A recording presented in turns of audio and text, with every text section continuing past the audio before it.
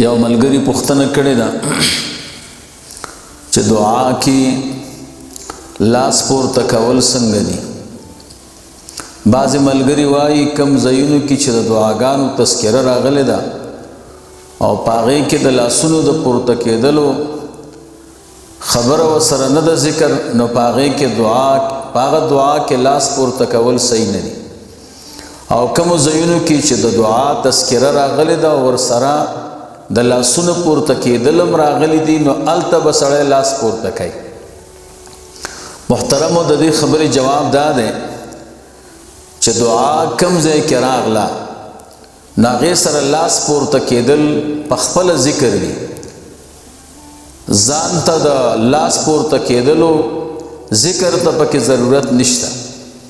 د دې مسلې متعلق دا د امام نووي رحمه الله کتاب دی المجموع ورته وایي شرح المهذب.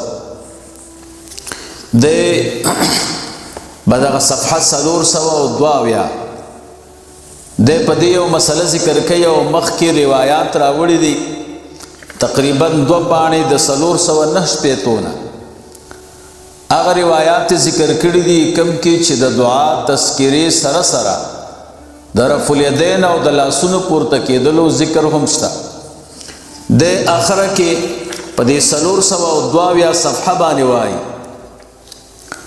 چې زما د دې احادیثو د ذکر کولو مقصد دا دی چې څوک دا خبره کوي کم ځای کې چې دعا ذکر ده او هغې سره رفع الیدین لاسونه پورته کېدل شته، نو هلته لاسونه پورته کول پکار دي.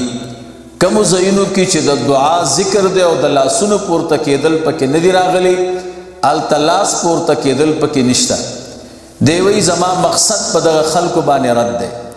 کمې دعاګانې چې د مونځ نه خارج دي هلته دعا چې راغلي د لاس پورته کېدل ورسره خود به خود راغلي دي، هغې سره جدا د لاس د پورته کېدلو یادولو ته او ذکر ته ضرورت نشته. به د دعا ذکر هغې سره رفع الیدین او لاس پورته کېدل په خپله راغله.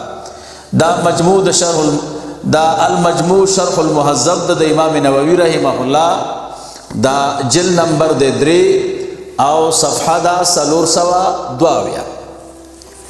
او د دې متعلق امام ابو داود رحمه الله دا په اول جلد کې او په صفحه 214 باندې باب الدعا کې د حضرت عبدالله ابن عباس رضی الله تعالی عنہما روایت ذکر کړي قال المسألة ان ترفع يديك حذو منكبيك.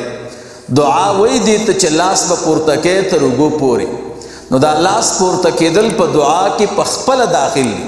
کم ځای کې چې دعا راغله لاس پورته کېدل ورسره خود به خود راغله، دې ته ضرورت نشته چې لاس پورته کېدل به جدا ذکر کېږي. نو کم ملګري چې لاس پورته کېدل په دعا کې دا هر دعا کې ضروری نه ګڼي چې د مونځ نه خارجه ده او وایي چې جدا روایت پکار دی، نو دا صحیح نه ده. دا سنن ابي داود بیا وګورئ اول جلد دی صفحه 214 باب الدعا دی. باب الدعا لاندې